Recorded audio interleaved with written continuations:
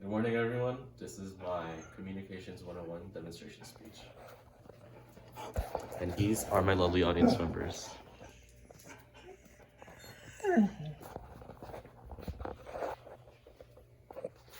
So, in 2024, I graduated from Rancho High School, and Rancho has a medical program that allows students to get a head start in their medical experience. Well, I gathered a couple of skills from that program, and I would hope to share it with you all in case one day that you should save someone's life or that you should just save your own. So let's get started. First, let's talk about bleeding and how to assess it. Well, bleeding is usually a wound from an extremity or your body part, and there are two main types, which is arterial and venous. Arterial bleeds are bleeding that spurt bright red blood, and they spurt because of your heart pumping through your arteries. And this is the most severe type and can usually cause shock or death within minutes if left untreated. As for venous bleeds, it will usually ooze slower and it will be darker, but the same as arterial bleeds, it will kill you if you don't treat it fast enough. And that's why it's important to act fast when treating bleeds. So let's get started with the materials to stop a bleed. First, this is a tourniquet. There are three main parts to a tourniquet: the windlass, the body or the strap, and the windlass holder, and the time sheet. Could I get an audience member so that I could demonstrate on it? Come on. So, Austin's walking down the street, and suddenly someone attacks him and stabs him in the arm. Fortunately, Austin carries a tourniquet around with him everywhere, and now I'll be showing you how to put one on. The strap or the windlass will usually face outwards from the body, and it's always advised to keep the strap closer towards your midline so that you could pull it and that it's tight and secure. So you will secure it around the arm. Always go high on the extremity, so your shoulder, near the shoulder or near the femur, and you will twist the knob until the bleeding stops.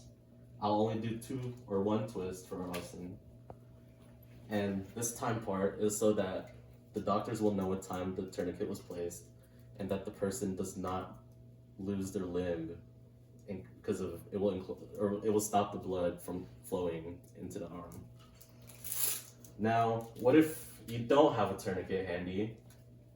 That's where you could usually make a makeshift tourniquet. And to do that, you could usually grab a long piece of clothing. One second, sorry.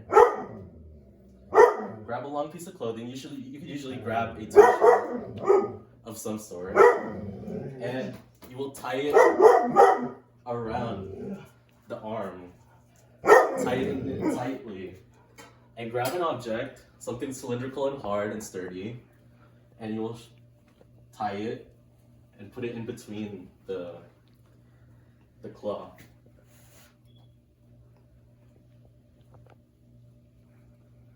And secure it so that the tourniquet does not move. This will be a makeshift windlass. And then you will twist and twist and twist. Sorry. And then twist until the bleeding stops.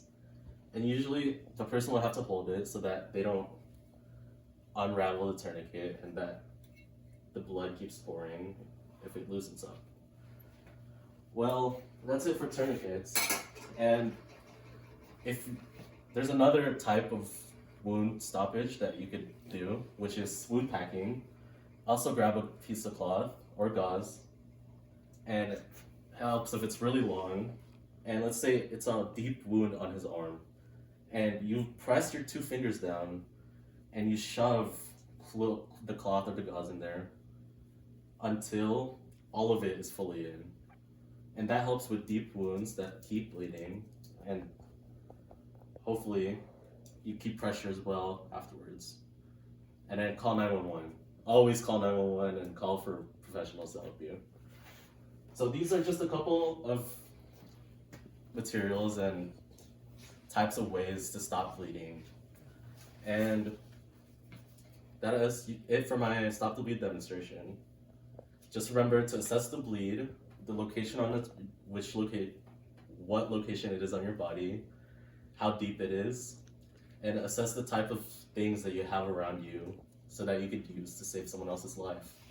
Hopefully you all learned something new and that you could bring this out into the world so that if anything unfortunate were to happen, you are prepared and you are calm. Thank you.